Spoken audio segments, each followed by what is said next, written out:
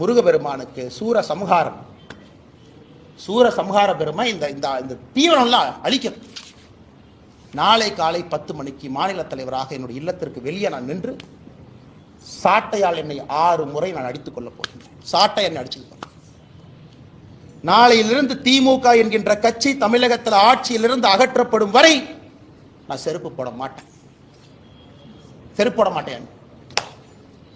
அந்த அரசியல் நாடு 3 வருஷம் பண்ணி பார்த்துட்டேன். அது ஒரு முடிவு வரணும். இன்னைக்கு முடிவு வந்தே ஆகும்.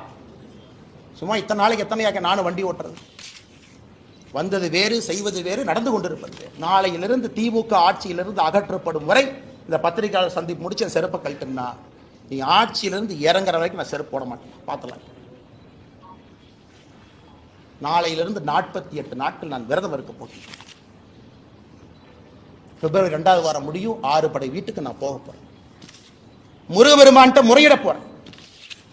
எல்லாத்திட்டையும் முறையிட்டாச்சு. நேஷனல் கமிஷன் ஃபார் உமன் முறையிட்டாச்சு. காலகட்டத்தில் வேலையெல்லாம் உட்காந்து லெட்டர் எழுதியிருக்கேன். பாருங்க 3 பேஜ் வேலையெல்லாம்.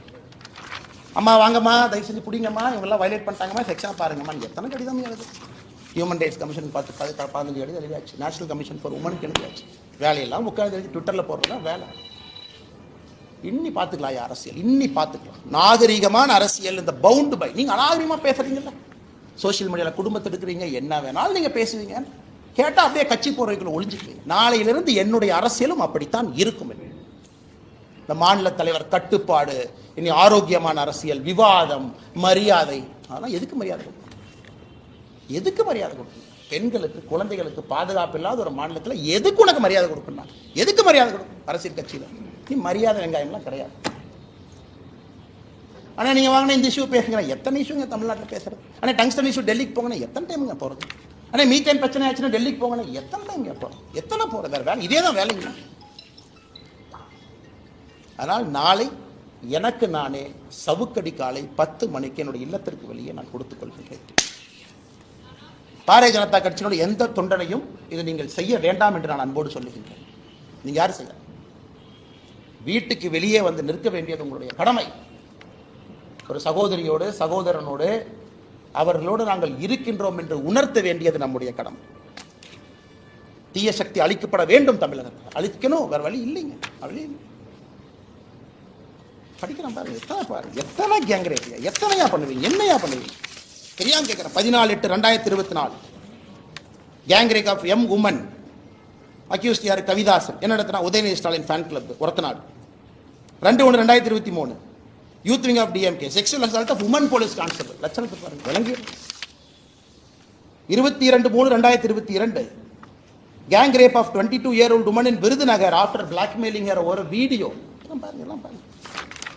கேட்டா கட்சி அப்படி யாருமே இல்லை, எல்லாம் பொய் சொல்றாரு. அண்ணாமலை வந்ததுக்கு அப்புறம் இது வேலை இல்லாமல் செய்யறாரு. அதனால் பத்திரிகை நண்பர்களே, வேறு வழி எங்களுக்கு இல்லை. மக்களுடைய கவனத்தை ஈர்ப்பதற்கு எங்களுக்கு வழி இல்லை. இது சாமானிய மிடில் கிளாஸ் பையன் கொதிக்கணியா? மிடில் கிளாஸ் ஆள் எந்திரிக்கணும். அவன் எந்திரிக்காமல அரசியல் எந்த மாற்றம் இல்லை. சும்மா அப்படியே பேசிட்டே வண்டி ஓட்ட வேண்டியதான். 1 country 1 election, அது 1 மாசம் ஓட்டு, இது 1 மாசம் ஓட்டு, டங்ஸ்டன் ஒரு 3 மாசம் ஓட்டு, மீத்தேன் ஹைட்ரோ கார்பன் 6 மாசம் ஓட்டு. அவ்வளவுதான். நம்ம எல்லாம் மறந்துடும். எதுக்காக இருக்கிறோம், என்ன வேலை செய்யறோம். ஆனால் மறுபடியும் நான் சொல்வது, நடுத்தர வாழ்வு வாழக்கூடிய நீங்க தயவு செஞ்சு வெளியே வாங்க, பேசுங்க, கேள்வி கேளுங்க. ரோட்ல வந்து நில்லுங்க, நாளைக்கு கேளுங்க. லோக்கல் எம்எல்ஏ தெரியும் உங்க ஓட்டு நீங்க போட மாட்டீங்கன்னு தெரியும். இந்த இலவச பணத்தை எல்லாம் எலெக்ஷன் அப்ப தூக்கிட்டு இப்போ எல்லாம் தூக்கி எறி.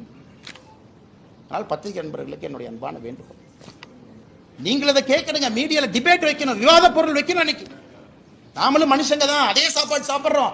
6 அறிவு இருக்கு. நம்ம வீட்டில் நடந்துதான் சும்மா இருப்பாங்களா? கத்தி எடுத்து வெட்ட போக மாட்டோம்.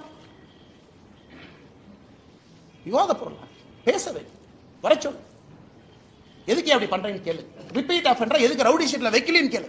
பொறுப்பேற்று கமிஷனர் விலக சொல்லுங்க. இதுபோன்று முக்கிய நிகழ்வுகள், அரசியல் தகவல்களை ஆழமாகவும் மாறுபட்ட கோணத்திலும் அறிந்து கொள்ள மறக்காமல் உங்கள் IND தமிழ் 24/7 பக்கத்தை பின்பற்றிக் கொள்ளவும்.